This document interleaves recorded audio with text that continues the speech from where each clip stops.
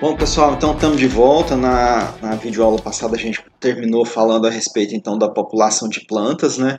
Que o tipo de máquina de colheita vai estar influenciando, o tipo de manejo do solo, de fertilização do solo vai estar influenciando, e dessa forma então esses três tipos de máquinas vão ser determinantes também então nessa população final. E aí, claro que a planta também influencia, o grupo de maturação aqui. Para colher com essa máquina aqui, com a plataforma de pente aqui, eu preciso de ter uma população muito mais alta. Essa população muito mais alta, com certeza, eu preciso de ter plantas de ciclo precoce, tá? Porque a planta não pode crescer muito, ter o caule grosso, porque ela tem que ser penteada aqui, né? Ao passo que essas outras duas máquinas aqui, eu posso ter o caule mais grosso, uma planta maior, com menos flexibilidade. Aqui tem que ser o caule flexível. Bom, aí agora a gente muda de assunto, vamos falar agora então do controle de crescimento. Na realidade não muda de assunto, né? Porque quando a gente está falando de colheita, a gente está falando de crescimento da planta, o crescimento em diâmetro do corpo para ele ter flexibilidade. Aqui a gente vai trabalhar então de forma, agora a gente vai falar então de forma a essa planta, então ela tem uma limitação de altura. E um dos principais problemas que limita a altura da planta é exatamente a máquina de colheita aqui. Então, essa máquina de colheita, essa altura aqui, vai limitar esse crescimento dessa planta. Se a gente pegar, então, essa outra máquina aqui, tipo pente, o que vai acontecer? Eu preciso ter uma planta pequena, baixa. Se eu tiver plantas muito altas, vai dificultar a colheita, vai aumentar a quantidade de impurezas nessa pluma que vai ser colhida, nos três tipos de máquina. Então, o tamanho da planta de algodão, ele é importantíssimo. Assim, então, a planta de algodão, o Gossypia hirsutum, ela é uma planta de hábito indeterminado, ou seja, à medida que ela começa a reproduzir, ela continua o seu crescimento. E aí a gente mostrou ali, através das máquinas de colheita, que tem a necessidade, então, do controle desse crescimento. E aí a gente utiliza de substâncias sintéticas que afetam o balanço hormonal das plantas, principalmente afetando a produção de giberelinas, que é o hormônio de crescimento. E aí a gente vai ter um equilíbrio entre a matéria seca vegetativa e a matéria seca reprodutiva. A matéria seca reprodutiva é isso aqui, ó, certo? Porque o que vai acontecer? A gente falou lá atrás da fisiologia da planta, que ela tem que ter uma relação de uma folha para um fruto. E assim, se a gente então diminui o crescimento dessa planta, ela diminui a produção de folha, mas também diminui a produção de fruto. A gente vai ver agora que o fruto é o principal dreno da planta. E aí, quando eu faço essa relação de um para um, uma folha para um fruto que vai ser colhido, o que vai acontecer? A gente vai ter então uma melhor produção de pluma. E aí, então, a gente vai ter melhor índice de colheita com plantas mais eficientes do ponto de vista fisiológico. O que são essas plantas mais eficientes do ponto de vista fisiológico? São plantas, então, que vão formar plumas com qualidade fisiológica. Plumas maduras, bem formadas, com aquelas 25 camadas de deposição. Se a gente pensar que o algodão é um túnel, onde esse túnel ele vai sendo preenchido de fora para dentro, ou seja, ele é grande, depois ele vai se estreitando e por fim eu tenho lá só um espaço interno muito pequeno. E aí então esse túnel ele vai sendo fechado. Agora a gente tem que entender que isso é do ponto de vista microscópico, né? E aí então a planta vai depositar lá as 25 camadas de celulose para a formação então dessa pluma. Bom, então a gente já disse, né, o melhor regulador de crescimento, o dreno mais forte que tem na planta é a frutificação. Então, por que ele é um dreno forte? Por que a gente ressalta esse dreno forte? Porque quando a gente tem, então, a planta ativa fisiologicamente, produzindo com condição adequada de água, de nutrição, de controle das pragas e doenças, essa planta ela vai crescer ativamente. E aí, se eu tenho, então, frutos seguros nessa planta, frutos em desenvolvimento, eles vão, então, corresponder a um dreno forte e vão segurar os produtos da fotossíntese ali. Se eu tenho perda desses frutos, por motivos diversos que a gente já comentou, excesso de água, nebulosidade, excesso de plantas provocando autossombreamento, o que vai acontecer? Eu diminuo o número de frutos e a planta começa a crescer demais. E aí, então, um desestimulante, uma questão que segura o crescimento das plantas, então, é a frutificação, a retenção dessa frutificação. E aí tem os fatores, então, que vão estimular o crescimento. Olha só, umidade excessiva, matéria orgânica elevada, que vai estar fornecendo nitrogênio, dose elevada de nitrogênio, mesmo que a matéria orgânica seja baixa, a ureia aplicada a mais, pragas e doenças que vão estar afetando a frutificação, uma população de plantas em desequilíbrio com a nutrição, com a umidade, com a competição entre as plantas, plantas transgênicas com resistência a herbicidas e lepidópteros, porque aí o que acontece? Essas plantas agora, elas aceitam então a aplicação do glifosato e do glufosinato de amônio e não e continua crescendo. As plantas que não são resistentes, quando aplica então os herbicidas que a gente vai ver lá, Staple, Evoque, elas dão uma travada, elas diminuem o crescimento com a aplicação desses herbicidas, apesar de eles serem seletivos. Da mesma forma, esses lepidópteros, porque o que acontece? Quando a lagarta come, diminui a área foliar, diminui a fotossíntese, diminui o fotoassimilado, diminui o crescimento. Quando eu tenho agora plantas que são transgênicas e têm resistência tanto a herbicidas quanto a lepidópteros, eu tenho então um franco crescimento. Essas pragas, as lagartinhas aqui, quando elas eclodirem, sair do ovo, que elas começarem a comer a planta, elas vão morrer com a ação da transgenia. E aí então a planta tem mais condição de crescimento. E aí então a gente tem alguns inibidores do crescimento. Então, a gente já falou do primeiro, que é a retenção de frutos. E aí a gente tem esses outros três aqui: deficiência hídrica, deficiência nutricional e também o uso dos reguladores de crescimento. E aí o crescimento excessivo está relacionado com a demora ou erro na primeira aplicação dos reguladores. Porque aí o que acontece? Eu não quero deficiência hídrica e eu não quero deficiência nutricional. Eu vou manejar a planta de forma a não ter deficiência nem hídrica nem nutricional na cultura. E aí então eu vou lançar mão do uso dos reguladores, da retenção, proteger a planta para reter frutos e usar os reguladores de crescimento. Bom, para usar um regulador de crescimento, então um primeiro fator é a primeira aplicação na hora adequada, certo? E aí essa primeira aplicação ela deve ser tratada de forma prioritária. Bom, para esses reguladores fazerem efeito, fitorreguladores, então são mimetizadores de hormônios vegetais, são produtos que afetam a produção de hormônios vegetais.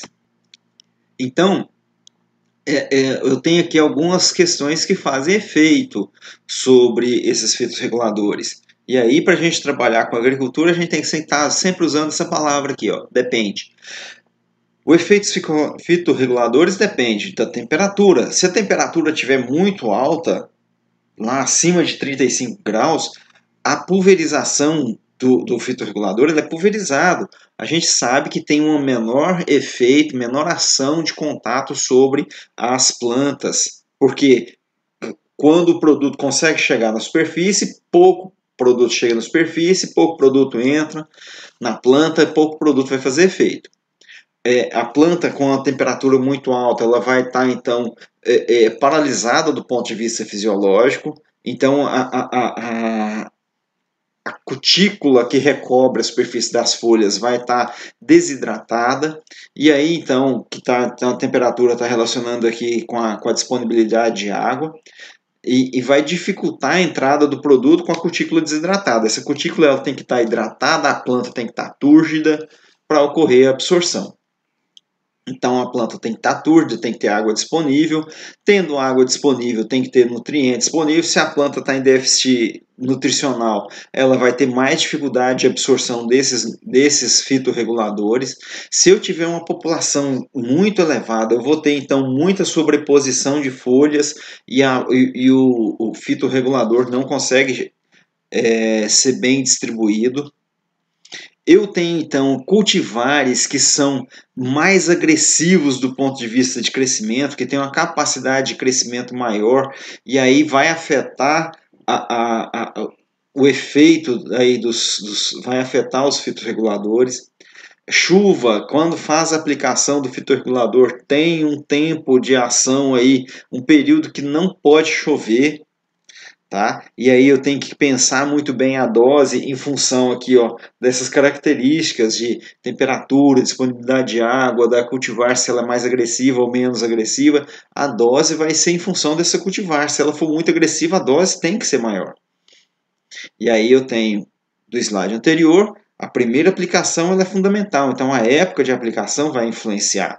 A forma de aplicação, que essa forma de aplicação então é pulverizada, e aí eu tenho que estar observando essa condição ambiental aqui, ó, temperatura, disponibilidade de água, população de plantas, precipitação, para estar definindo a forma de pulverização. Porque olha só o que acontece. Se a gente analisar aqui então, a gente tem um pico de crescimento da planta que é a partir da formação dos botões florais, certo? A formação dos botões florais, a gente tem aqui, ó, 20 dias, 15 a 20 dias de crescimento, só que depois desses 15 a 20 dias, a planta acelera ainda mais. Olha a inclinação dessa reta aqui, ó, como ela é um pico ascendente. Então, nessa fase que saiu dos botões florais e chegou na floração, a planta cresce muito e cresce muito rápido. Então, a época e a forma de aplicação é muito importante. Então, quando é que vai ser feita a primeira aplicação? Aqui, quando a planta vai começar a acelerar o seu crescimento, eu vou lá e dou uma travada nela. Aqui, então, no início dos botões florais. Tá bom? Bom, então, primeira aplicação no início dos botões florais, em torno aí de 30 a 40 dias após a emergência. Cuidado com esses 40 dias, viu? 30 a 35 dias após a emergência. E aí vai depender, então, aqui, olha só. Quando as plantas atingirem de 30 a 35 centímetros para cultivares vigorosas, ou seja, de 6 a 8 nós. Se a gente voltar lá atrás, quando a gente fez a descrição do caule, a gente falou que na fenologia, a gente falou que o primeiro botão floral vai formar a partir da formação, começar a partir da formação do sexto a sétimo nó. Então a gente tem que tomar cuidado com isso aqui, com a altura e com nós aqui, ó. Observar a formação do botão floral. Cuidado com esse negócio de dia. Observar a planta. Observar se ela é uma planta mais vigorosa ou menos vigorosa.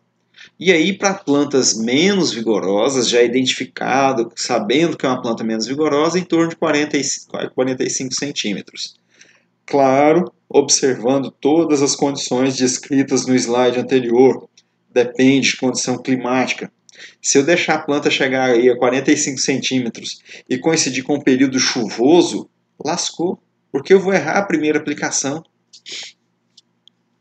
Então, nessa fase aqui, ó, a planta chega a crescer de 1 a 12 centímetros por dia.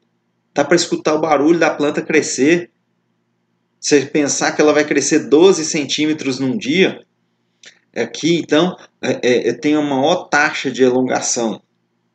Lembra que a gente falou do crescimento da célula? A célula, ela multiplica uma célula, vamos falar que aqui meu celular é uma célula, ela vai se multiplicar por 2 aqui. Vai ter a divisão celular. Pá, 2 células do tamanho de uma. Depois dessas 2 células, eu vou ter então aqui a taxa de elongação. A elongação, o que é essa elongação? Uma célula formou 2 células, aí essas células agora elas vão crescer. Cada uma célula dessa vai expandir e vai crescer, vai tomar o tamanho de uma célula do tamanho normal. E esse crescimento ele se dá, a gente explicou isso em aula, vocês vão se recordar. a planta, a célula, o núcleo bombeia potássio, bombeia hidrogênio para a parede celular. Esse hidrogênio na parede celular vai acidificar a parede celular e a parede celular vai afrouxar com essa acidificação. E aí a planta bombeia potássio para dentro da célula. Quando joga potássio para dentro da célula, vem muita água para dentro da célula e a célula então expande. E aí ela atinge então uma célula, expande e atinge o tamanho da célula, o tamanho normal da célula. E aí, então, nessa fase, eu tenho aqui esse crescimento acentuado, onde a planta chega a crescer 12 centímetros por dia, certo? E essa fase aqui, então, eu tenho aqui nessa fase o menor efeito dessa aplicação desses fitorreguladores, certo? Então, o que vai acontecer? Eu tenho que tomar cuidado de aplicar, então, aqui no início do botão floral, aonde essa taxa de crescimento é menor, para evitar esse pico de crescimento todo aqui, para tentar controlar a planta aí. E aí, então, fatores que dificultam o uso dos reguladores, então, tem a variabilidade da fertilidade do solo. Então, dentro de uma lavoura, de um talhão, eu tenho que tentar homogeneizar o talhão no sentido de ter, então, uma menor variabilidade da distribuição de nutrientes. Tá? Eu tenho que ter dificuldade, eu tenho que trabalhar de forma a não ter diferentes densidades de semeaduras. E aí, além da diferença de densidade de semeadura, eu tenho que observar também a questão das pragas que vão diminuir a população de plantas. Eu tenho que observar a questão de doenças que vão diminuir a população de plantas, tenho que observar plantas daninhas que vão competir ali. E vão fazer com que as plantas do algodão fiquem de tamanhos diferentes. Isso vai afetar no uso dos fitorreguladores. Então, o crescimento desigual dentro do talhão. E aí, uma observação. O efeito dos reguladores é maior em plantas menores. Por isso, eu falei no slide anterior que eu tenho que estar tomando cuidado de entrar aqui no início da formação dos botões florais. Principalmente para aquelas plantas mais vigorosas, de crescimento mais vigorosos. Por quê? O efeito é maior em plantas menores. Plantas maiores eu vou ter que usar uma dose maior e o efeito do fitorregulador é menor. Esse menor efeito dos reguladores em plantas, eu tenho então menor efeito de reguladores em plantas com estresse hídrico, a gente já comentou, e sob temperaturas em torno de 35 graus. Porque o que vai acontecer? A dificuldade do produto penetrar dentro da planta, vai diminuir a taxa de penetração dentro da planta. Aí agora olha só, como que o fitorregulador inibe o crescimento da planta? Ele não encolhe a planta. A planta ela não cresce. Porque o que vai acontecer? Ele vai diminuir a taxa de divisões celulares. Ele vai diminuir o alongamento celular. Essa explicação que eu dei aqui, que a célula se divide em duas e cada uma célula vai crescer, vai expandir e ocupar o tamanho de uma célula. O que vai acontecer então? Vai diminuir a divisão celular, certo? Então o que já dividiu, dividiu, mas aquilo que dividiu, a célula não vai expandir e ocupar o tamanho de uma célula normal. E aí o crescimento excessivo, ele promove autossombreamento. Autossombreamento, ele tem efeito na produtividade. Por quê? Porque eu tenho a questão das folhas do bacheiro, das folhas sombreadas, não produzindo fotoassimilados, aqueles frutos que estão dependendo daquelas folhas. Lembra da relação? Um fruto para uma folha para um fruto? Se eu jogo essa folha fora, obviamente esse fruto ele vai ficar ou mal formado ou vai ser abortado. E aí, essa questão de uma densidade de população muito alta, eu vou ter também dificuldade nos tratos culturais, aplicação dos produtos, dos agrotóxicos.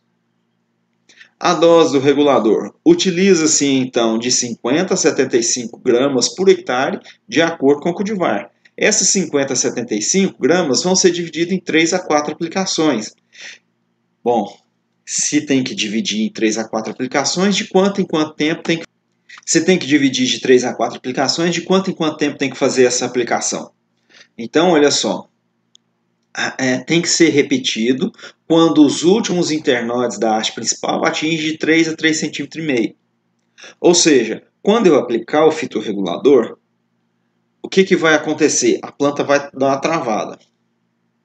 E aí eu vou passar a monitorar esse algodão, e a lavoura do algodão ela é observada 2 vezes por semana. O talhão tem que ter monitoramento 2 vezes por semana de pragas, de doenças. E quando entra, o pragueiro entra dentro da lavoura de algodão, ele já tem que observar a presença então de praga, doença e o crescimento da planta.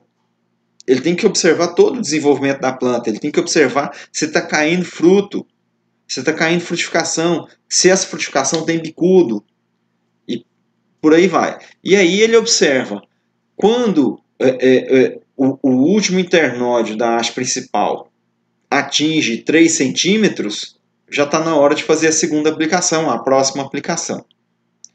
Porque o ideal é que na colheita as plantas tenham uma altura de 1,2 metros. Plantas maiores eu vou ter problema de impurezas e cascas de caule. Quando eu tenho aquele sistema de colhedora lá com plataforma de pente, eu tenho que ter plantas menores, porque eu tenho que ter o colmo mais fino, o caule mais fino. Se eu tiver caule grosso, vai ter maior dificuldade para dobrar aquele caule. Se tem maior dificuldade, vai ter mais impureza de casca de caule na pluma. E aí os produtos utilizados são esses três aqui, ó. Cloreto de mepiquate, cloreto de clormequate e cloreto de clorocolina. E aí, então, o produto comercial, então, esse cloreto aqui, esses 3 cloretos aí, são os ingredientes ativos, e o produto comercial está aqui, ó, Pix e Tuval. Deve ter outros nomes comerciais, porém, esses dois são mais conhecidos, Pix e Tuval. Ok? E aí tem que observar a questão de chuva após aplicação. Chuva até 16 horas após aplicação compromete a eficiência. Então tem que reaplicar. E aí, se chover mais do que 30 milímetros até 24 horas, reaplicação também no talhão. Então tem que estar de olho no clima para fazer essa aplicação de regulador de crescimento. Bom, aí agora a gente fala a respeito dos maturadores e desfolhantes. Que a gente aplicou os reguladores de crescimento, mais na frente a gente vai falar de pragas, doenças, plantas daninhas e tal, e vamos falar assim que a gente chegou agora então no período de colheita, antecipando a colheita. Então o que acontece? A gente controlou o crescimento da planta, conduziu a planta, chegou a hora da colheita, eu tenho que então vir com os desfolhantes, porque a planta ela pereniza. Na realidade, ela é uma planta cultivada como anual, mas ela é uma planta perene. E aí, então, eu tenho que promover a desfolha dela. Ela tem hábito de crescimento indeterminado. Eu planto já no meio do período das águas para chegar a colheita no período seco. Mas, mesmo assim, há um foliar muito grande, principalmente com a utilização de fungicidas. Os triazóis, mas as estrobilurinas, elas promovem essa retenção foliar. E aí, então, eu tenho que usar os maturadores desfolhantes, aumentando a capacidade de trabalho das máquinas. O que eles vão fazer? Eles vão acelerar a queda das folhas, acelerar a abertura das maçãs e controlar a rebrota das plantas. Porque aí a gente já falou, efeitos fungicidas e pragas sugadoras aumenta a persistência das folhas aderidas à planta. E aí eu tenho que promover a eliminação de estruturas de alimentação e ovoposição de pragas. Então, quando eu controlo as pragas, quando eu controlo, derrubo essas folhas, eu vou ter menos folha para pulgões e mosca branca se alimentar. Quando eu controlo tiro essas folhas, obviamente as estruturas reprodutivas vão cair, eu vou ter menos estrutura reprodutiva jovem para bicudo do algodoeiro. E aí, então, fatores que afetam a qualidade da fibra. Então, olha só, demora na colheita após a maturação. Aqui a gente tem, então, a maçã em desenvolvimento, e aqui a gente tem a maçã no estágio de maturação fisiológica. Olha só, os frutos adquirem os frutos, desculpa, as sementes adquirem a coloração preta característica, rodeando então a semente, certo? Dessa forma eu tenho então os frutos, o fruto maduro fisiologicamente, certo? Aqui agora num estágio desse madura fisiologicamente também. Então demora a colheita pós-maturação, chuva na colheita, excesso de área desfolhada e capulho aberto de colheita, fibras imaturas, ou seja, o fruto não estava maduro ainda e foi utilizado o maturador e forçou a abertura das maçãs. Se a semente não atingiu a maturidade fisiológica, a pluma também não. Folhas secas presas à planta. Essas folhas vão promover a contaminação com palhada na pluma.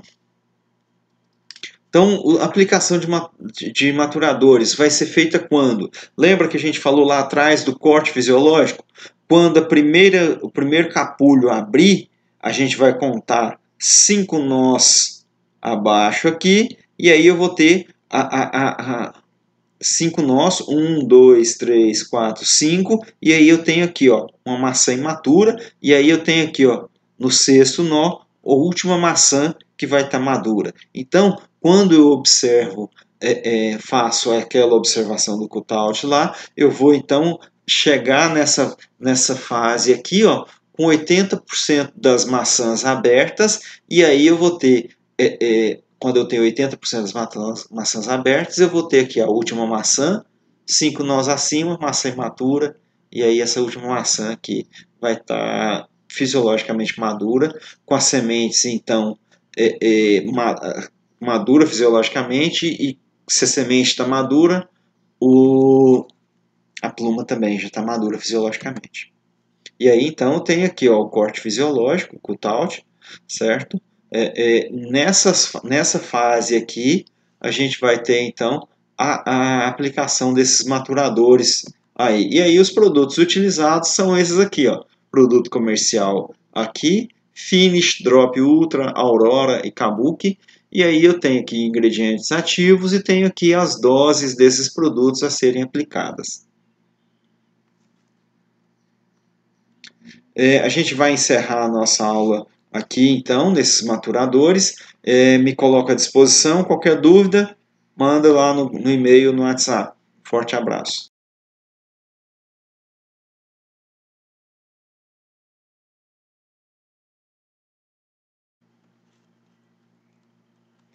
Olá pessoal, então estamos de volta com a nossa aula agora para falar sobre controle de plantas daninhas. E aí de cara nós falamos, então o período de interferência das plantas daninhas na cultura do algodão vai de 20 dias após a emergência até 80 dias após a emergência. É uma cultura que ela tem um espaçamento entre linha considerável e ela demora então para fechar a entrelinha. O que acontece? Aqui a gente tem uma planta com aproximadamente 25 dias após a germinação, certo? Onde foi feito um manejo de pré-emergência. E aí a gente não tem planta daninha desenvolvendo aqui, mas foi porque feito um manejo prévio. Numa fase dessa aqui, a gente tem que comparar aqui a planta de algodão, ela cresce primeiramente o sistema radicular, para depois desenvolver a parte aérea. E aí, então, aqui a gente tem essa cultura, dessa forma aí, crescendo no limpo. Bom, e aí a gente tem os momentos de controle das plantas daninhas na cultura do algodão. Em pré-plantio, que a gente tem, então, a dessecação da área antes de plantar. A gente tem a pré-emergência da cultura, ou seja, aplica herbicida no solo, e esse herbicida é seletivo à cultura do algodão, não afeta a germinação do algodão, afetando a germinação das plantas daninhas. A gente tem a pós-emergência da cultura, aplicando com o herbicida em área total, que são aí as nossas plantas transgênicas, né, que têm a resistência ao glifosato, e também a aplicação de herbicidas que são seletivos à cultura do algodão. E temos aqui a pós-emergência da cultura em jato dirigido, ou seja, o herbicida é aplicado na entrelinha e não atinge a cultura do algodão. E assim, controla as plantas daninhas, ou pelo menos parte delas. Tá? Não usando produtos, então, que não podem ser dirigidos, aplicados sobre a cultura do algodão. E aí a gente tem aqui, ó, a dessecação de plantas de infestação tardia em pré-colheita. Na videoaula passada a gente falava dos maturadores e desfolhantes da cultura do algodão. Esses desfolhantes, eles servem então como dessecantes para as plantas daninhas de infestação tardia.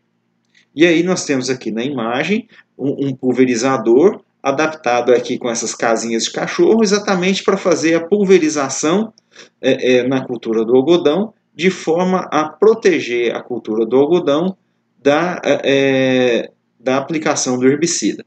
Então, o jato de herbicida é aplicado,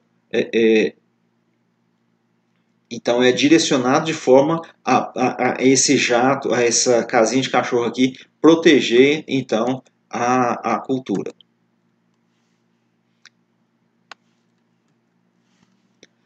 Bom, então vamos lá. No pré-plantio, então, na primeira aí, ó, no pré-plantio, a dessecação normalmente utiliza então o glifosato ou glufosinato de amônio.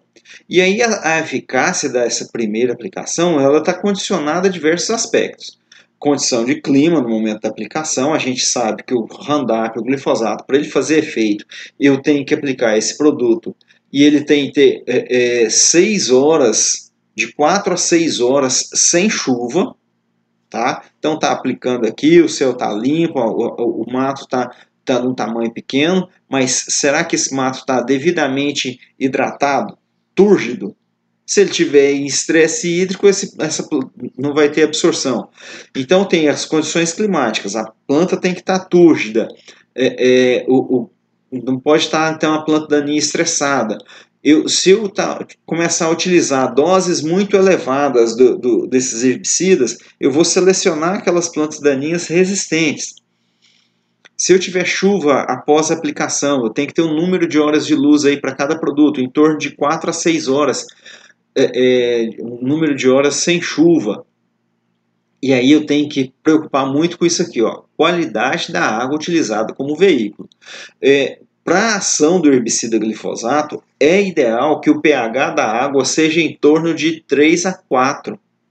Se eu aplicar esse glifosato com pH de água 6,5, aí 6, 6,5, eu vou ter uma menor eficiência da água da cauda de pulverização, certo? E aí está aqui uma sugestão de controle das plantas daninhas. Eu faço a dessecação 30 dias antes do plantio, certo? Então nós falamos lá atrás que o algodão ele é plantado em dezembro, janeiro. Então eu tenho um tempo aí para essas plantas daninhas que estão crescendo na área estarem túrgidas, porque vai ter um período chuvoso, né?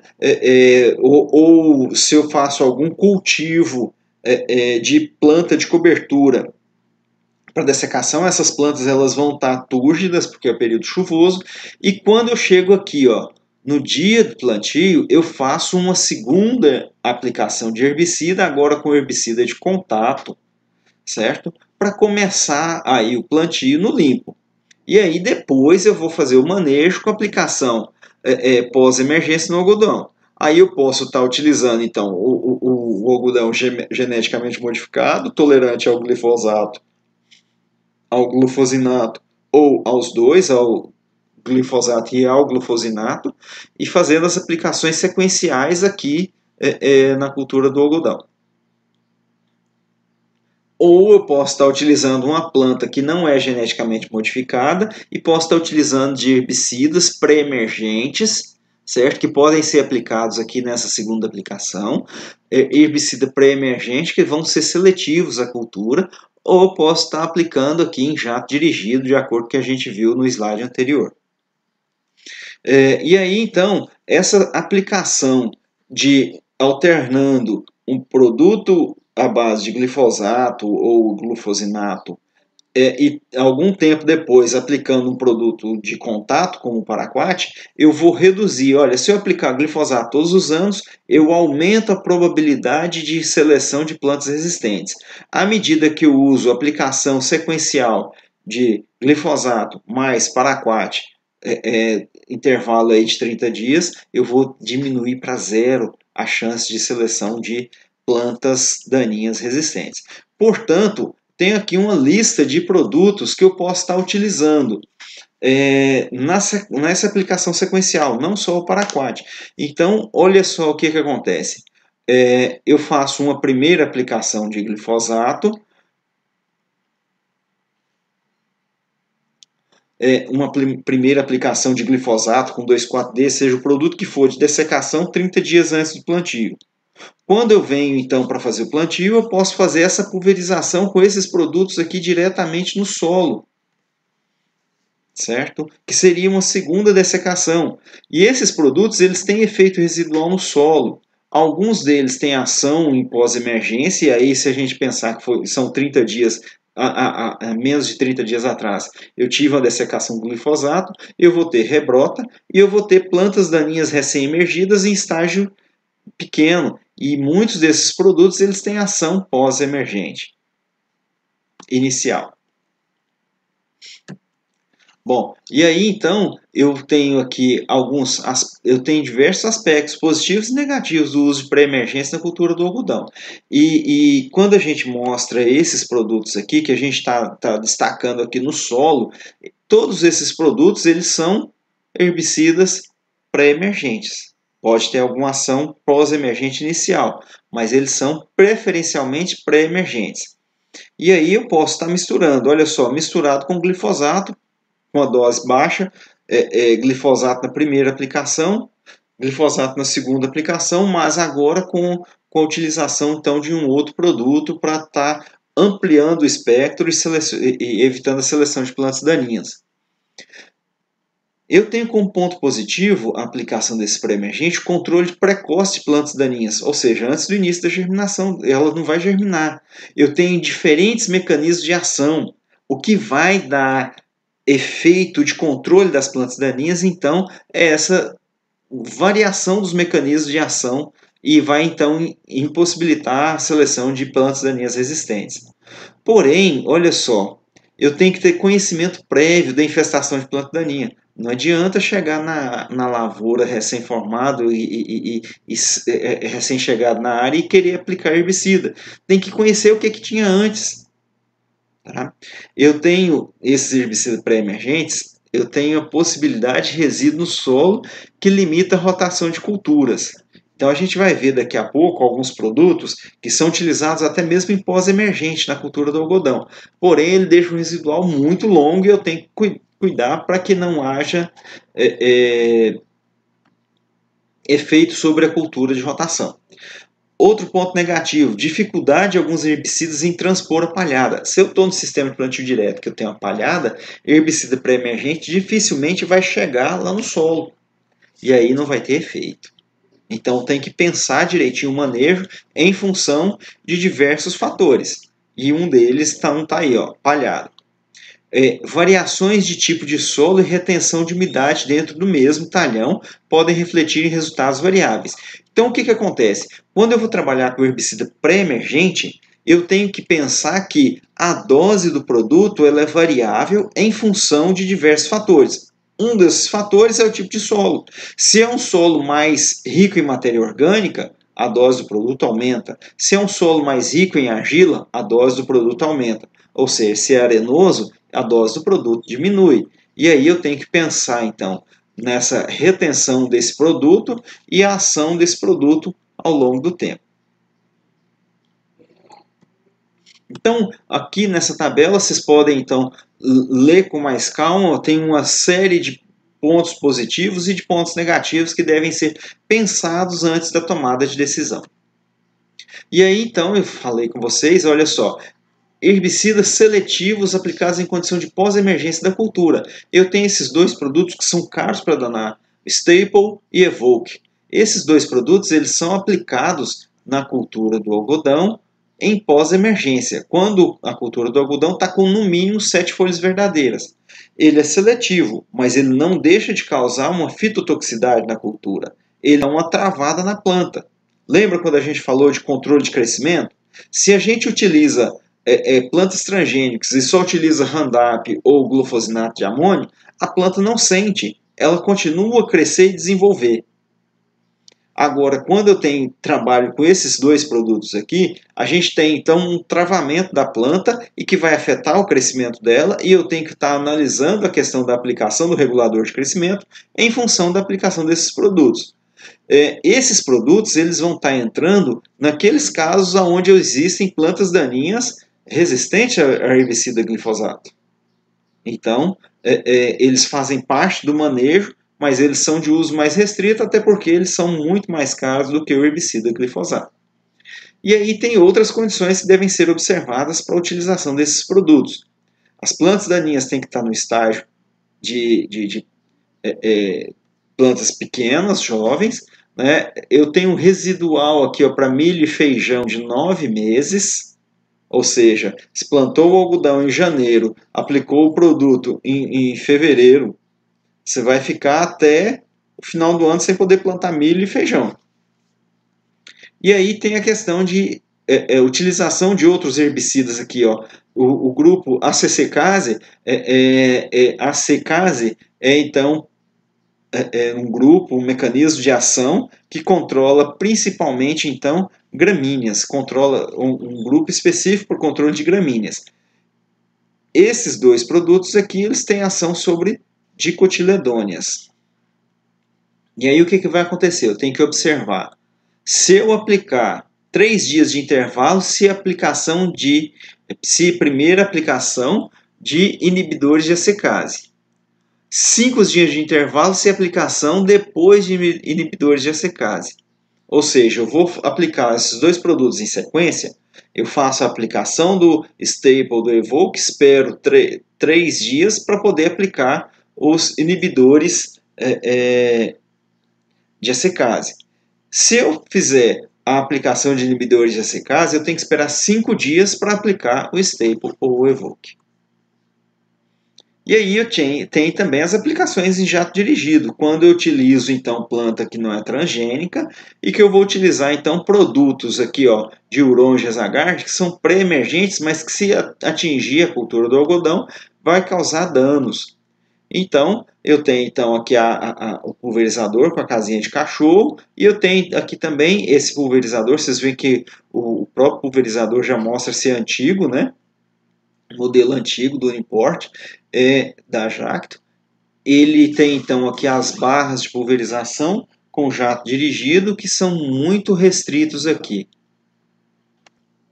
Então, essas barras aqui, elas descem o jato de pulverização abaixo da copa e elas andam praticamente arrastando no chão aqui, de forma então que cai o produto no solo e aí esse produto não entra em contato com a planta de algodão. E aí então a gente tem então as nossas variedades transgênicas resistentes ao Roundup Ready, variedades resistentes ao glufosinato de amônio, que é esse Liberty Link aqui, e a gente tem as variedades chamadas Glitol, que é resistente tanto ao glufosinato de amônio quanto ao glifosato. E aí então a gente tem que observar a questão das plantas daninhas resistentes, porque a gente vai fazer então aplicações sequenciais de glifosato.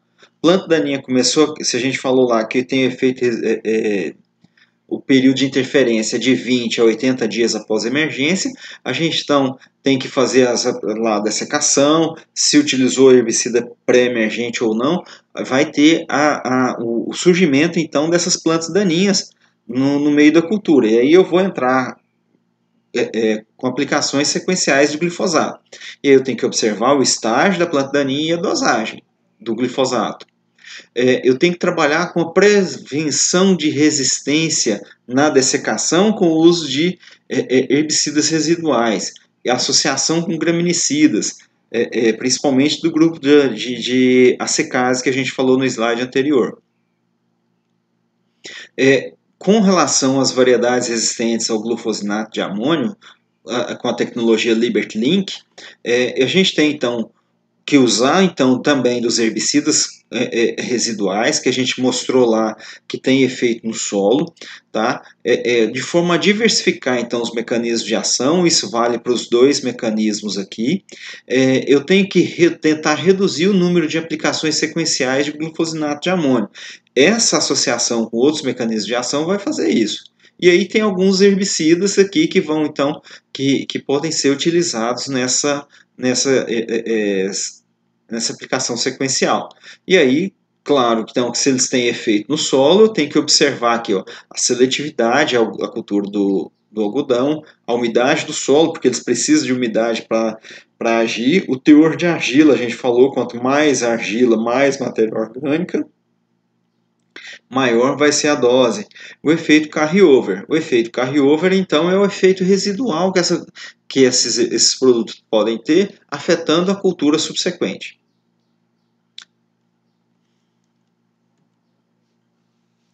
Então, a gente encerra a nossa videoaula aqui.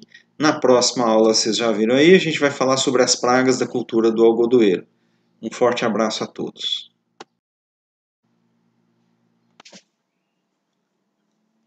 Olá pessoal, então agora nós vamos falar sobre as pragas do algodoeiro. E aí então vamos lá, nós vamos dividir essas pragas de acordo com a fase do algodoeiro. Não com as fases fenológicas, mas de acordo com a fase vegetativa, a fase reprodutiva 1 e a fase reprodutiva final. Certo? Então, para cada fase, a gente vai destacar então aquelas principais pragas da cultura do algodoeiro. Então, nós temos aí então a primeira fase, a fase vegetativa, que então vai da semeadura à emergência do primeiro botão floral. E aí a gente tem então as pragas iniciais que atacam aqui. A gente tem então a lagarta elasmo, lagarta rosca, que vão então cortar a plântula, né? Mas nós temos também outras pragas, como cupins, como mosca branca, que são pragas que vão estar atuando nessa fase inicial. A partir do estabelecimento da cultura, a gente tem também essa broca da raiz aqui, ó, Eutinobrotus brasiliensis. É um besouro, né? E esse besouro ele abre galerias aqui na haste da planta, principalmente na raiz aqui. E aí abre galerias e mata as plantas ou diminui muito a capacidade produtiva da planta. E aí então, dividindo aí nessas fases vegetativas, né, nós temos aí também, além dessas pragas iniciais aí, nós temos aqui as pragas desfolhadoras. Então, essas primeiras pragas aí são iniciais, e aqui nós temos as pragas, principalmente quando a gente pega aqui, ó, lagarta elasmo, broca da raiz, percevejo castanho, trips, besouro desfolhador, a própria cigarrinha, ela transmite virose, ela suga a planta. Nós temos as formigas cortadeiras, e nós temos as lagartas desfolhadoras. Essas são as principais pragas, então, que nós vamos ver nessa fase 1 aí de desenvolvimento vegetativo. E aí nós temos aqui, ó, então, o percevejo castanho. O percevejo castanho, ele fica, Scaptocoris castanha, ele fica, então, no solo, em profundidades muito grandes, e aí ele causa essas manchas em reboleira, essas falhas em reboleira aqui na cultura, certo? Vão causar essas falhas aí. A mosca branca todo mundo conhece, né? A Bemisia tabaci. A Bemisia tabaci, ela tem como característica, então, a transmissão de viroses. É um inseto do tipo picador-sugador, que vai, então, sugar a planta e vai injetar virose. Agora, na fase inicial, esse é o problema dela. Na fase final, ela tem um outro problema, que é quando ela suga a planta, ela defeca uma substância açucarada que vai grudar na pluma e vai baixar a qualidade da pluma. É chamado honeydew, substância doce ou açucarada. E aí a mosca branca, ela tem então 4 fases, né? Do adulto tem os ovos, as ninfas e a pupa. E aí o que acontece nessas 4 fases? A gente tem uma variação do número de dias. A mosca branca é uma praga que ela gosta de tempo quente e seco. Sobre o tempo quente e seco, o ciclo de vida dela encurta bastante e ela tem várias gerações. No clima mais frio, então, ela diminui a sua transmissão por virose, ela diminui a sua multiplicação, é mais tranquilo de lidar com ela. Mas no clima quente e seco, ela é uma praga importantíssima e de difícil controle. E aí nós temos outras pragas, como tripes, pulgão, cigarrinhas. Essas pragas, elas vão então, essas 3 aqui são, juntamente com a mosca branca, elas são todas elas do tipo picador-sugador. No caso, tripes, ela é uma praga que perfura a folha.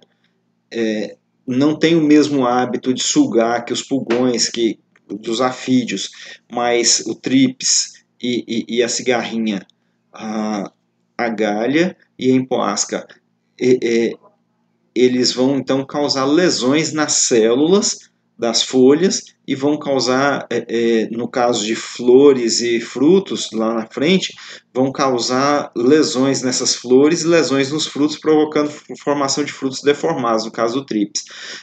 Nas folhas, todas essas 3 pragas aqui vão causar lesões nas folhas, encarquilhando as folhas, diminuindo a taxa fotossintética da planta e no caso do pulgão, tem a transmissão de vírus. Bom, aí a gente tem as pragas mastigadoras, né? No caso, a formiga cortadeira, que propriamente não é mastigadora, ela corta a folha, leva a folha para a casa dela, para o ninho dela, e lá ela cultiva o fungo com as folhas do algodão, com as folhas das culturas que ela corta. Mas a gente tem então aqui as pragas cortadeiras, mastigadoras propriamente ditas, as lagartas principalmente, a lagarta curuquerê, chamada de Alabama gilace, a lagarta falsa medideira, que é a Chrysodeixis includens. Então são lepidópteros que vão então diminuir a área foliar e aí a gente tem aquele diminuição naquele efeito de crescimento. Porém diminui também a capacidade da planta de produção, porque a gente começa a partir de agora, a partir dos botões florais, a gente começa a ter a produção de folha e fruto e frutificação. E aí a diminuição da área foliar vai afetar principalmente a questão do pegamento da frutificação. Bom, e aí a principal praga, né, que é o complexo Spodoptera. Aí a gente tem 3 espécies de Spodopteras que causam muito problema nas culturas, mas em especial na cultura do algodão. A Spodoptera frugiperda, a Spodoptera eridânea, que é essa aqui, e a Spodoptera cosmioides, que é essa outra aqui. Elas têm poucas diferenças, essas duas. Contudo, o que acontece? Essas pragas elas causam uma desfolha intensa se não forem controladas. A frugiperda ela tem como característica não só provocar desfolhe, mas também migrar para a frutificação e se alimentar de botões florais e se alimentar de maçãs jovens. Bom, e aí até a fase de produção do primeiro botão floral, a gente tem também problema com o bicudo do algodoeiro. O que acontece? A gente vai ver mais para frente, especificamente do bicudo, que o monitoramento do bicudo ele começa 60 dias antes da implantação da cultura, com espalhar, onde nos talhões são espalhados. No próximo slide a gente vai comentar melhor, mas são espalhadas armadilhas e monitorado. E aí a gente tem também, então, na fase vegetativa eu já tenho que estar monitorando o bicudo. Eu não tenho estrutura reprodutiva ainda para ele causar dano, porém eu tenho que tomar cuidado para que quando eu tenho estrutura reprodutiva eu não tenho o bicudo. E aí a gente tem outras lagartas aqui que podem então estar causando danos por falta de estrutura reprodutiva, elas vão estar se alimentando de folhas da planta. que são as lagartas que vão atacar principalmente as estruturas reprodutivas. Nós temos a Helioides virescens, nós temos a Helicoverpa zeia, que é a lagarta da espiga do milho, essas duas, e a Helicoverpa armígera, então, que é um inseto introduzido no Brasil a partir de 2010, 2011, 2012, com algodão importado ilegalmente, contrabandeado, então, né, da Austrália. Então, como eu estava falando do bicudo, 60 dias antes da implantação da cultura, é feito então espalha nas bordas do talhão, dos talhões, principalmente na borda da lavoura como um todo, na beirada de matas, como a gente vê aqui ao fundo, essas armadilhas para bicudo. Essas armadilhas, então, ela tem então feromônio que atraem um dos sexos, não me recordo qual deles agora, atrai esses bicudos para quê? Antes da implantação da lavoura, isso já é feito e monitora-se então a população desse bicudo na área, antes da implantação da cultura. À medida então que a cultura se desenvolve, essas armadilhas, tanto com feromônio quanto a armadilha luminosa, elas são trazidas mais para próximo da lavoura, para dentro da lavoura, principalmente nos bordos dos talhões, dos carreadores, por onde o bicudo vai entrar. E aí, identificando a presença do bicudo, tem que se fazer então um manejo da palhada com inseticidas. Na dessecação, então, já é colocado inseticida visando o controle de bicudo, quando então identifica a presença desse inseto. E aí, tem que tomar cuidado então nessa fase inicial com o controle dessas pragas transmissoras de vírus, principalmente pulgão e a mosca branca, porque elas vão transmitir vírus e não tem controle para o vírus. O controle do vírus, na realidade, é o controle do vetor, certo? E aí uma das formas de controlar essas pragas é através do tratamento de sementes. Então, obrigatoriamente, eu tenho que colocar no tratamento de sementes da cultura do algodão inseticidas para controle principalmente de mosca branca, certo? E com isso, esse tratamento de semente, ele tem que me garantir a formação, o estabelecimento de um estande, de uma população de plantas adequado, para que eu tenha condições, então, de seguir com os tratos culturais da cultura. E assim, então, seguir com os tratos culturais aplicados, né? Valorizando então tudo aquilo que já foi feito de adubação, de correção de solo e o que vai ser feito para o futuro. Então, para eu conseguir esse bom desenvolvimento e estabelecimento inicial, eu tenho que fazer o tratamento de semente, tenho que fazer as adubações adequadas de NPK e também de micronutrientes. Aí a gente falou lá a respeito de adubação de fósforo vai na base, potássio, então a gente falou que a gente retira essa adubação potássica do plantio e faz ela em cobertura. Pode ser feita em pré-semeadura, pode ser feita em pós-emergência da cultura.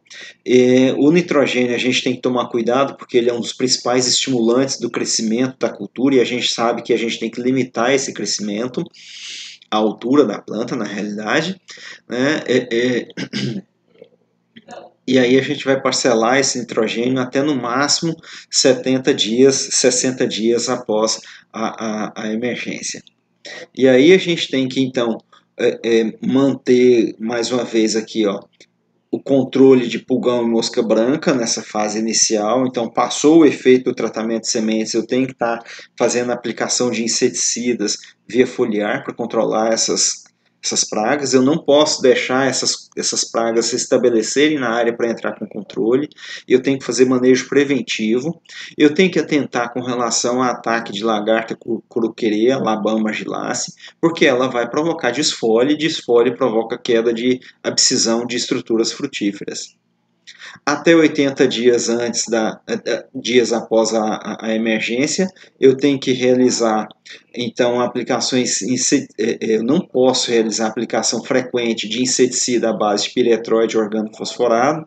Esses, na realidade, não só piretróide organofosforado, mas todo e qualquer inseticida que tenha um amplo espectro inseticida do tipo que mata tudo, ele vai causar um desequilíbrio ecológico muito grande. E aí, então, esse desequilíbrio ecológico vai eliminar não só os inimigos naturais, mas também as pragas, mas também os inimigos naturais da cultura. Esses inimigos naturais, eles são fundamentais, então, para o controle principalmente de ácaros, certo? E outras espécies também, mas o ácaro ele é fundamental. Quando eu faço aplicação de piretróide organofosforado antes desses 80 dias após a emergência, eu vou ter então esse desequilíbrio e vou favorecer a presença de ácaros. E aí então na fase 2, a fase 2 então vai a fase 1 vai do que a gente falou para o controle de pragas, vai da emergência até, de antes da emergência na realidade, né, até os botões florais. Agora a fase 2 vem então do florescimento, do botão floral, até a frutificação. E aí então é a fase de estabelecimento e formação da carga. E essa é uma fase muito suscetível então a ataque de pragas que vão provocar principalmente desfolha, que vão as doenças aí. Então, porque a gente viu lá toda a questão de pegamento dos frutos. Pegamento dos frutos vai favorecer o controle do crescimento. O não pegamento dos frutos vai estimular a planta a crescer mais. E aí, então, essas pragas vão afetar as estruturas reprodutivas. E aí a gente já falou, o bicudo, Antomonas grandes, o que ele vai fazer? Ele, nos botões florais, a fêmea já vai se alimentar dos botões florais e ovopositar nesses botões florais. E aí, nessa ovoposição, vai desenvolver, então, a próxima geração de bicudos, de insetos. E aí a gente tem todo um efeito. Quando vai fazer a amostragem de bicudos, observa então não só a planta, não só as armadilhas, mas a presença de botões florais no chão. Esses botões florais eles são catados e eles são cortados e são investigados então à procura de danos de bicudo. Danos do bicudo e também se tem ovos e larvas se desenvolvendo, ovos e larvas desenvolvendo dentro desse botão floral que cai.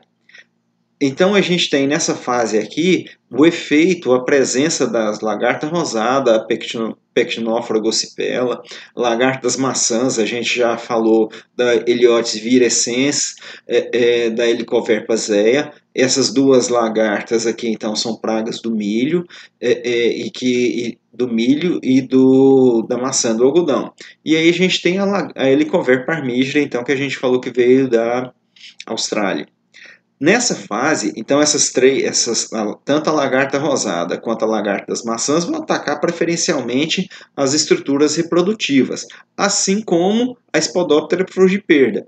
Porém, a Spodoptera, juntamente com esse complexo Spodoptera, a Eridania e a Cosmioides, elas vão atacar preferencialmente folhas, mas a frugiperda ela pode causar dano também em botões florais em estruturas reprodutivas.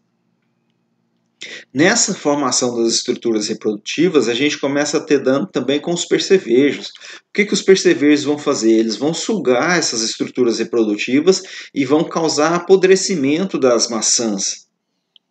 Quando não causa apodrecimento das maçãs, elas causam dano às fibras, causam danos às sementes. Então a gente tem aqui o percevejo rajado, Horáceas nobilelos, nós temos o percevejo manchador, que é o Disdercus, o percevejo verde da soja, que é o Nesara viridula, nós temos o percevejo verde pequeno da soja, o Pseudorus guildini, de soja, feijão, o girassol, nós temos o marrom, percevejo marrom, que é o Euquistos eros. Bom, além dessas pragas, então, que a gente citou aqui, que são preferencialmente mastigadoras aqui, o bicudo e as lagartas, a gente tem aqui sugadores aqui, os percevejos. Nós temos aqui também agora sugadores das folhas. Aqueles mastigadores lá, eles vão atacar principalmente estruturas reprodutivas.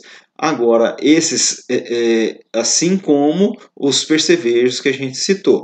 Aqui agora, esses sugadores aqui, mosca branca, pulgões e ácaros, eles vão atacar as folhas e vão então sugar e fazer furos e furar as células, no caso dos ácaros, causando danos então às folhas das plantas, além da transmissão de viroses.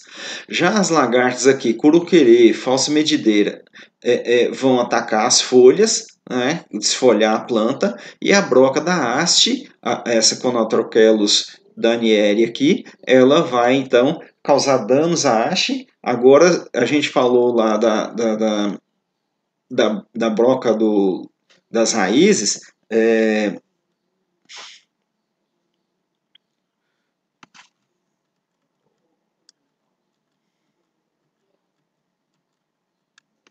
Eutinobrotus brasiliensis, né? Assim como a gente falou da Eutinobrotus brasiliensis, que vai atacar as raízes, agora a broca da haste ela vai atacar o ponteiro de cima para baixo.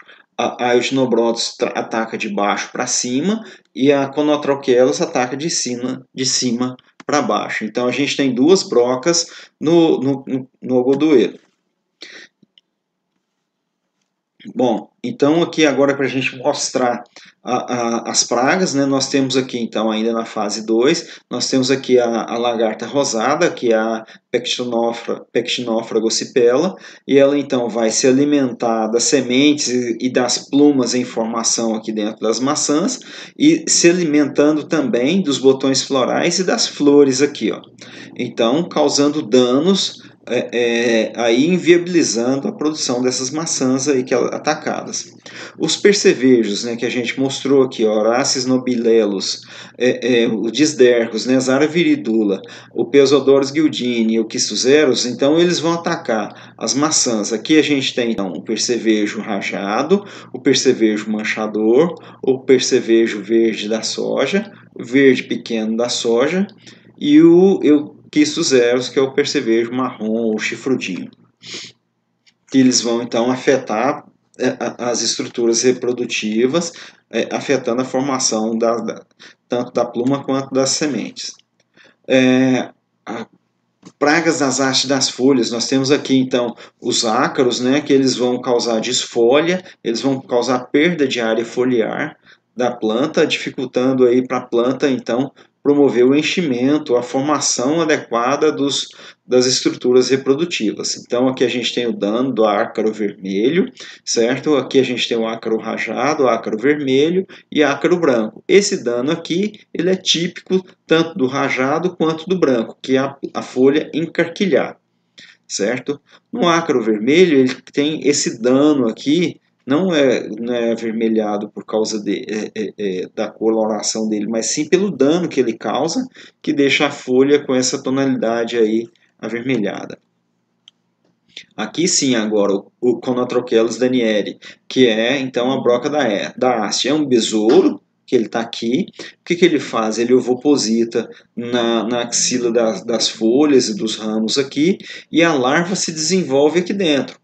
Então você vê aqui o tronco, a haste aqui barrigudinha, e quando racha a haste, está aqui a larva se alimentando então desse miolo aqui do caule. Então essas pragas que se alojam no interior aqui do caule, elas são de difícil controle. Então é preciso fazer o controle preventivo, evitando a entrada da larva, evitando a ovoposição e a entrada da larva aqui dentro do caule. Então, nessa fase 2 do florescimento e frutificação, tem que observar um período aí de 15 a 20 dias entre o primeiro botão floral e a primeira flor para corrigir os problemas de manejo caso a caso. Ou seja, eu tenho que fazer essas pulverizações preventivas. Eu não posso esperar essas pragas entrarem na lavoura para tomar medidas de controle, não. Então, quando eu penso lá no bicudo, é antecipado. Quando eu penso em mosca branca, é antecipado, é no tratamento de sementes. Quando eu penso em pulgão, eu não posso esperar o pulgão entrar. Então, eu já faço o manejo lá da área com produtos que têm ação de controle sobre eles, evitando piretróides e organofosforados e que têm um efeito residual. E aí, então, eu tenho que observar, então, o período mais importante do ponto de vista de incidência de ataque de pragas e seus riscos. Nessa fase aqui, então, é onde ocorre a primeira ovoposição do bicudo. Essa primeira ovoposição do bicudo, então, vai garantir a próxima geração. E aí, então, tem que controlar tanto o adulto quanto essas larvas que vão nascer a partir dessa ovoposição. Eu tenho que, nessa fase também, é importante que é aqui que acontece as primeiras e as primeiras posturas também de lagartas maçãs e lagartas podóptera, complexo spodóptera. Então, eu tenho que fazer o controle para evitar danos nas estruturas frutíferas e danos também na perda de folha, certo? E aí, isso aqui é importante, ó. O time de aplicação, ou seja, a hora da aplicação desses inseticidas, o momento correto de aplicação desses inseticidas, para evitar a queda ou a perda de estruturas reprodutivas, certo? E aí, então, a depender do tipo de inseticida utilizado, eu vou favorecer ácaros, certo? Os inseticidas utilizados lá para o controle de mosca branca, depois de algum tempo após a emergência, que a gente já falou que no tratamento de semente a gente coloca inseticida visando mosca branca. Esse inseticida ele tem um efeito residual. Passou o efeito residual, eu tenho que fazer pulverizações na folhagem para garantir o controle da mosca branca. Se eu usar piretroide e organofosforado, eu vou ter problema com ácaro. E aí, então, tem que estar monitorando tudo essas pragas para evitar, então, tanto o desequilíbrio ecológico quanto a presença dessas pragas. Agora, na fase 3, o que acontece? A fase 3, então, é a fase de maturação, do primeiro capulho à colheita. Nessa fase, o que acontece? Quando aparece o primeiro capulho, eu ainda tenho muitas maçãs em formação. Nesse primeiro capulho, eu ainda tenho muitas flores nas plantas. Apesar dessas flores não formarem frutos, elas servem então de multiplicação para o bicudo. E aí eu tenho a presença da lagarta rosada nessas outras flores e nas estruturas reprodutivas, lagarta rosada, lagartas maçãs, a Spodoptera, e aí então agora pensando em estrutura reprodutiva, principalmente a Spodoptera frugiperda. Eu continuo tendo problema com a mosca branca. Agora o problema da mosca branca, nessa fase de maturação aqui, já não é mais a transmissão de virose, mas sim, tanto pulgão quanto mosca branca, o problema agora chama-se o honeydew, que é as fezes açucaradas dessas pragas, caindo então aqui nessa pluma branquinha e fazendo com que não só elas fiquem grudentas, mas que grudem também sujeira, que ela mude a coloração. Mas nessa fase então de maturação, o que acontece? Como eu disse, a gente ainda tem muita estrutura reprodutiva em formação. Eu tenho aqui o primeiro capulho nesse início de fase aqui.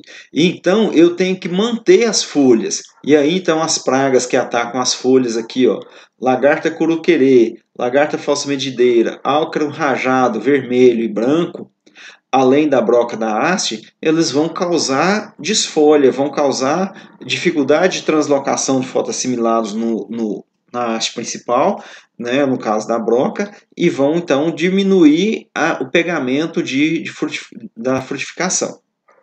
Então eu tenho que continuar o monitoramento dessas pragas.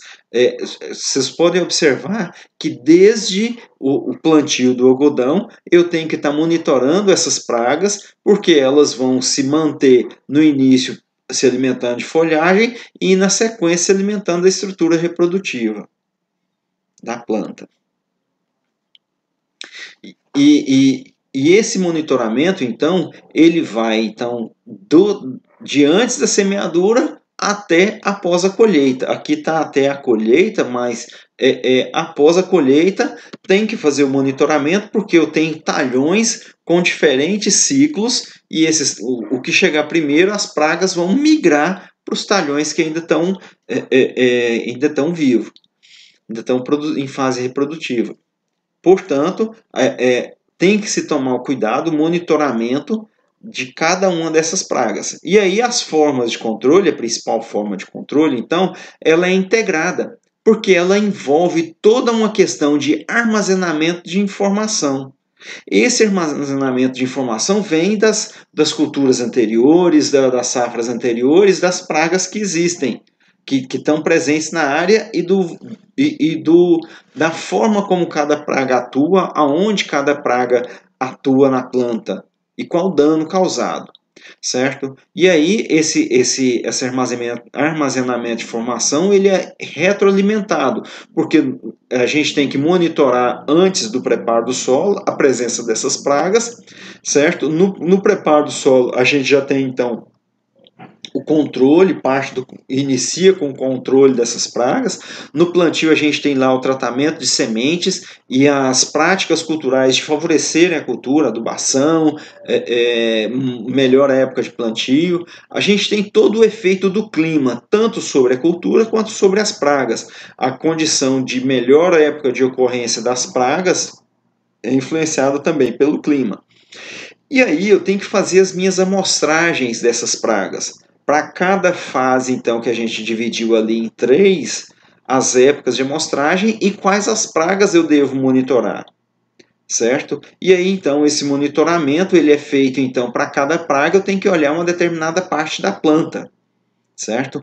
Quando eu vou fazer esse monitoramento, eu tenho que olhar a planta inteira e tem que ter registro. Para que ter registro? Porque eu tenho que determinar o nível de dano econômico e o nível de dano de controle. Se tiver abaixo do nível de dano econômico, eu não vou entrar com controle. No algodão, no algodão identificou a praga, vai entrar com controle, certo? Mas tudo bem, então você tem nível de dano econômico e nível de controle.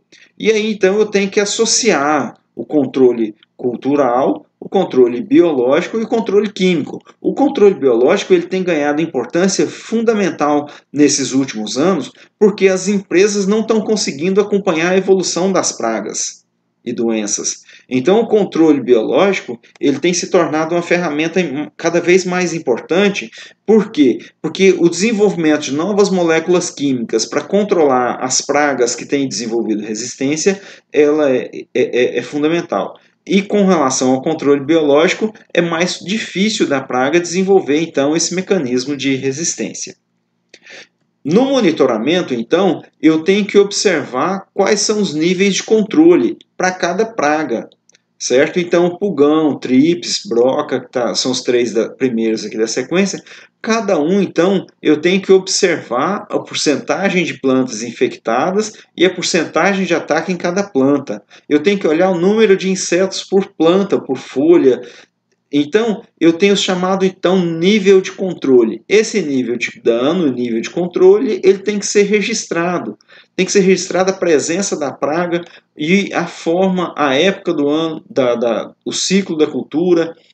E então tem que ser tudo registrado. Para quê? Para gerar informação. A informação ela é trabalhada de forma, então, através dessa informação levantada aqui, que vai se tomar, então, as medidas de controle.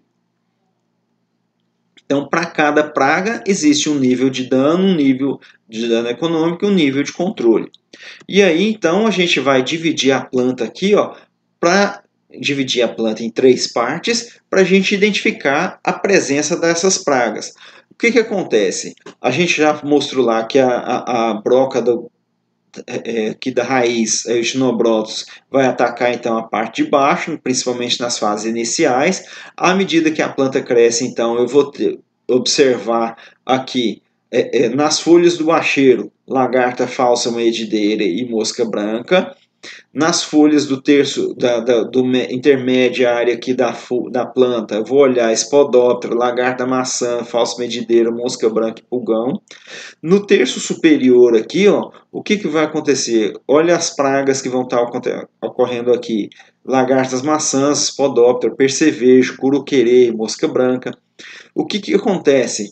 Essas pragas, elas têm preferência, então, por ambiente mais seco aqui no ponteiro e mais úmido aqui no bacheiro da planta.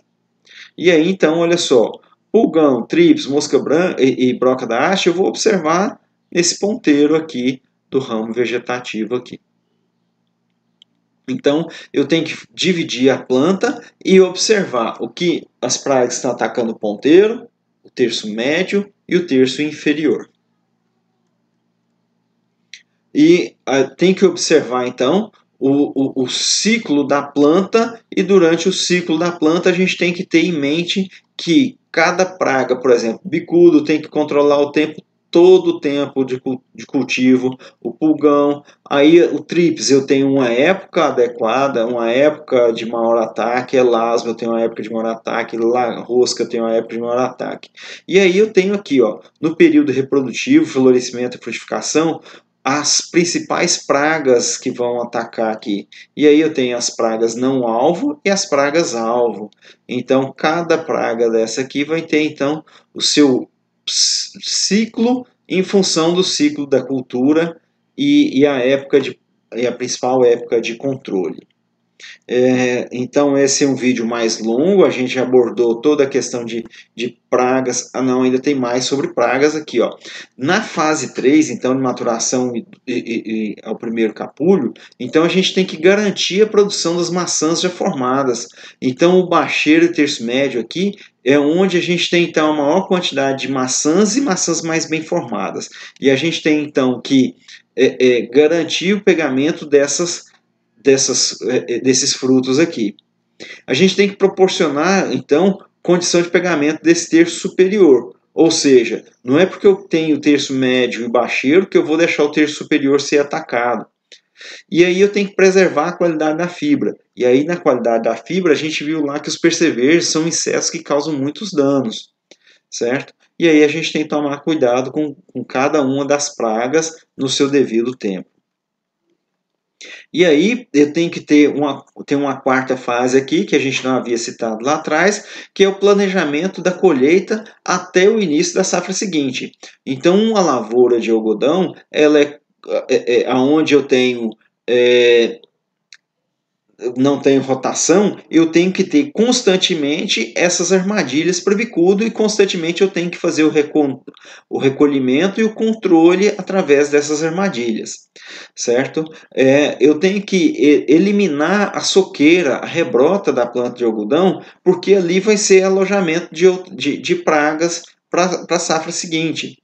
Se eu tenho uma rotação de cultura, onde aqui nesse talhão eu plantei algodão, mas a safra seguinte eu não vou plantar algodão, o que vai acontecer? As pragas vão estar aqui. Se no talhão ao lado não tinha algodão, mas eu vou plantar algodão no ano seguinte, as pragas vão migrar para lá, assim que eu tiver algodão. Então tem que fazer um monitoramento constante das pragas na cultura do algodoeiro. Eu tenho que fazer o controle de pragas de plantas voluntárias, porque são hospedeiras de pragas. Destruição das soqueiras de plantas tigueras e rebrotas. E isso aqui até tem que ter legislação específica que rege sobre esse controle de soqueira para evitar a multiplicação dessas pragas. E aí eu tenho que escolher adequadamente o momento, então, de escolher as variedades a serem plantadas na próxima safra, os talhões a serem cultivados. Tem que ter treinamento para o pessoal de campo. O pessoal de campo tem que saber identificar essas pragas e como controlar e quando entrar novamente monitorando. Tem toda uma questão de planejamento, de compra de insumos e fertilizantes. Uma cultura que fica 150 dias no campo, ela é uma cultura demorada e que vão muitas aplicações. Tem que ter, então, armadilha para o bicudo, vistoria da palhada antes da implantação, e aí, através dessa vistoria, eu vou decidir se eu vou aplicar inseticida junto da dessecação ou não. Agora sim, a gente encerra essa videoaula. É uma videoaula mais longa, mas a gente abordou toda a questão de pragas e doenças, de pragas da cultura do algodão, dos momentos de se aplicar, de se controlar essas pragas.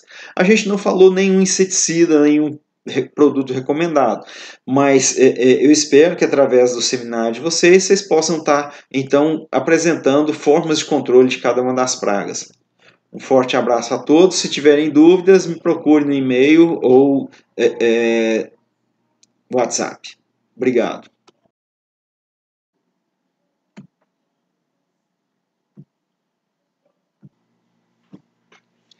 Estamos de volta então para o nosso último vídeo, a nossa última videoaula da cultura do algodoeiro. E aqui nós vamos abordar a questão das doenças do algodoeiro e também alguma coisa a respeito de colheita. A respeito das doenças do algodoeiro aqui nós vamos ter seminário que vamos abordar com mais detalhes, né? E aí eu gostaria de destacar algumas doenças, né? Acredito eu que no seminário os componentes dos grupos abordarão com mais profundidade a respeito dessas doenças e em alguma coisa a respeito do seu manejo. Então nós temos aqui as doenças radiculares, e aí eu queria destacar então a murcha difusária, difusária oxysporum, forma especialis vasinfectum. O que acontece? Essa doença ela promove então o entupimento dos vasos e aí a planta mesmo adulta ela murcha no campo. E aí uma planta dessa não tem controle mais. No tratamento de sementes da próxima safra, tomar o devido cuidado para adquirindo sementes de qualidade, fazendo o tratamento de sementes para a próxima safra ter um manejo adequado. E aí eu gostaria de destacar aqui também as doenças radiculares que causam tombamento. E aí olha só a quantidade delas. Risoctônia, coletótrico, fusário, pítio, ascoquita, macrofomina, lasiodioplodia. Então são várias doenças que vão causar tombamento. Então não tem jeito, o tratamento de sementes da cultura do algodoeiro tem que ser muito bem feito, tá? Além do tratamento de suco, de semeadura. Então as semeadoras que fazem o plantio então da cultura do algodoeiro, elas têm que ter não só utilizar a semente tratada, certo? Com inseticida e fungicida, e aqui a gente vai ter que utilizar fungicidas mais de um, normalmente 2 ou 3 fungicidas, tá? Para ter um controle sobre esse monte de doenças aqui que ataca nessa fase de estabelecimento. Aqui então um teste de germinação em areia, só para mostrar a quantidade de falhas aqui. Ó. Isso aqui são plantas mortas, ó, ou fungos. Então tem que tomar muito cuidado e fazer o tratamento de sementes adequado. E aí, além do tratamento de sementes, então, ter na semeadora um sistema de pulverização e de tratamento do suco. E aí, nesse tratamento do suco, normalmente vai inseticida para a diminuição dos produtos via semente. E aí, doenças radiculares, nós temos aí ainda os nematóides. Olha a quantidade de nematóide que afeta o algodoeiro. Nós temos aqui nematóide de galhas, nematóide que provocam lesões radiculares e diversos outros nematóides aí, ó, causando problemas, né? Então, no processo de absorção, de crescimento e absorção de água e nutrientes pelas plantas de algodão. Agora sim, doença da parte aérea, nós temos o famoso mofo branco, a famosa esclerotina e esclerotiorum. Essa é uma doença, então, que tem causado bastante problema em algodão, em feijão, em soja. E aí nós temos aqui, então, a estrutura de resistência do fungo aqui, ó, o esclerócio, ou escleródio.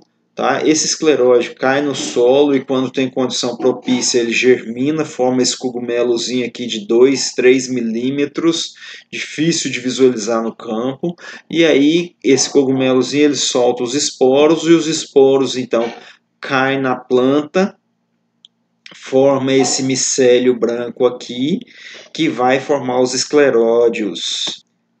Esses escleróides vão cair no solo novamente e continuar o ciclo. Nós temos aí as doenças da parte aérea, ramulária, importantíssima, ramulária areola. Então, causa lesões de formato angular, de brancas a azuladas, tá? Na face inferior da folha.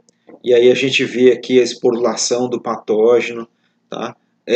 Causa desfolha precoce. Olha só, de ocorrência de 15 a 155 dias após a emergência.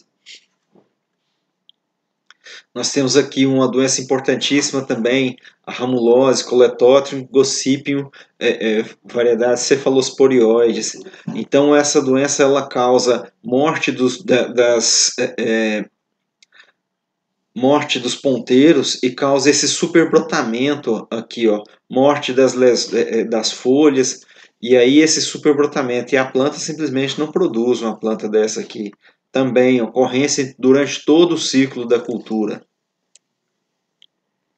Aí nós temos aqui essa bactéria, Xanthomonas citri malvacearum. Essa causa lesões, parecem lesões angulares. Olha só, essas lesões são delimitadas então pelas nervuras. E aí então causa desfolha, ocorrência durante todo o ciclo da cultura. Agora, ela é uma doença mais tranquila de controlar com cobre. Então, hoje em dia, então, os fungicidas chamados multissítios, como o cobre, eles têm sido fundamentais, então, têm sido resgatados os fungicidas porque evitam evita resistência de diversas doenças, ajuda no controle de diversas doenças. Aqui nós temos uma outra mancha de mirotécio, agora com uma ocorrência com a planta mais desenvolvida, fechada, certo? Nós temos aqui a mancha de alternária, tá? Essa mancha de alternária causa lesões circulares concêntricas, tá ok? Ocorrência durante todo o ciclo da cultura também.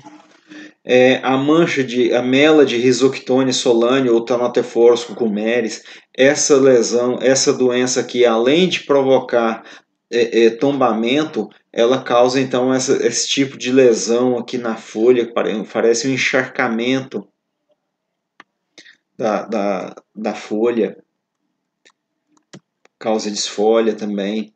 E aí nós temos as doenças viróticas, o mosaico das nervuras, ocorrência durante todo o ciclo da cultura.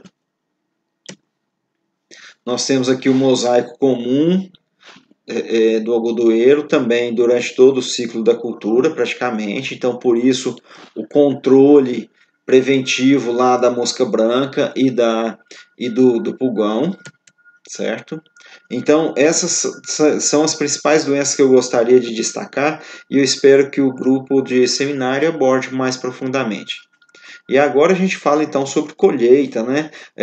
A gente falou de todo o processo de produção, desenvolvimento, controle de crescimento, desfolha, certo? Uso de maturadores, né? E aí então a gente tem então a lavoura pronta para ser colhida.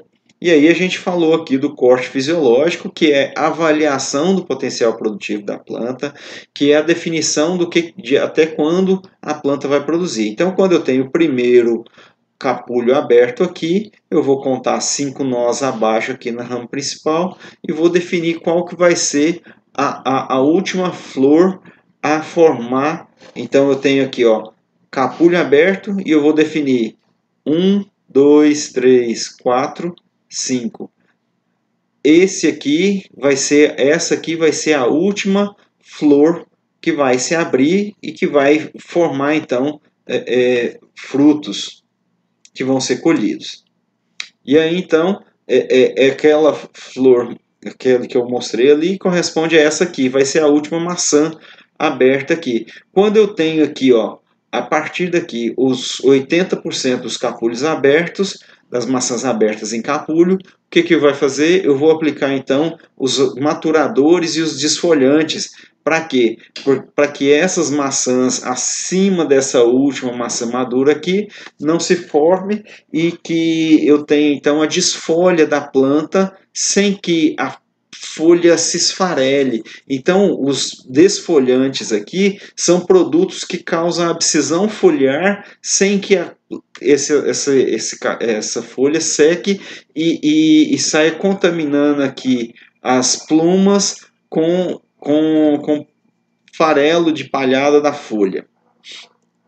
Certo? E aí, então, quando essas maçãs se abrirem em capulhos, então eu entro com o processo de colheita. E aí a gente mostrou lá, quando a gente falou de plantio, a gente mostrou as máquinas de colher, porque essas máquinas elas vão determinar o espaçamento. Quando eu tenho essa máquina aqui, com 5 fusos aqui de colheita, eu vou trabalhar com espaçamento de 90 centímetros para colher. Quando eu tenho essa adaptação, que foi feita essa evolução de A para B, aqui a gente tem uma evolução, aí eu tenho então a máquina agora com mais fusos, e aí então eu diminuo o espaçamento agora para 45 centímetros. Eu ganho então em termos de ocupação da área. Muda totalmente o manejo. Então, como que funciona esse processo de colheita aqui? Então, esses dedos aqui, chamados de fusos, eles vão, então, passar entre os galhos da planta com certa velocidade e puxar, então, os capulhos com as plumas. E assim então, colher o algodão. E aí nós temos esse outro sistema aqui, que é a plataforma de pente. Então eu falei com vocês lá quando a gente falou de colheita, que nesse sistema então eu vou trabalhar com a população maior de plantas, de forma a fazer com que o caule das plantas aqui, a haste principal aqui, que ela fique fina, certo?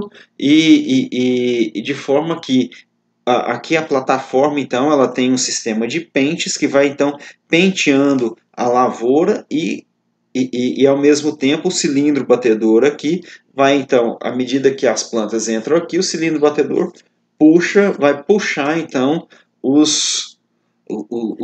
a pluma lá nos capulhos. Bom, a gente pode observar nas 3 máquinas que elas têm um sistema de armazenamento temporário, então, dessa pluma aqui na sua caçamba aqui. Essa pluma, então, ela é armazenada aí e depois ela é basculada tanto para um gaiolão, certo? Que pode ser de transporte dessa pluma, quanto para do gaiolão para a prensa, aonde vai ser formado então o fardão. Esse fardão, então, ele é transportado lá para a algodoeira, certo? Após a colheita, o transbordo na prensa, a prensa então forma aí o fardão, e aí nós temos essa outra máquina aqui, uma outra evolução, que forma então o rolão. E aí, então, isso aqui vai determinar, então, a colheita. Pessoal, espero que vocês tenham entendido. Qualquer dúvida, entre em contato por e-mail ou WhatsApp. Me coloque à disposição. Um forte abraço a todos.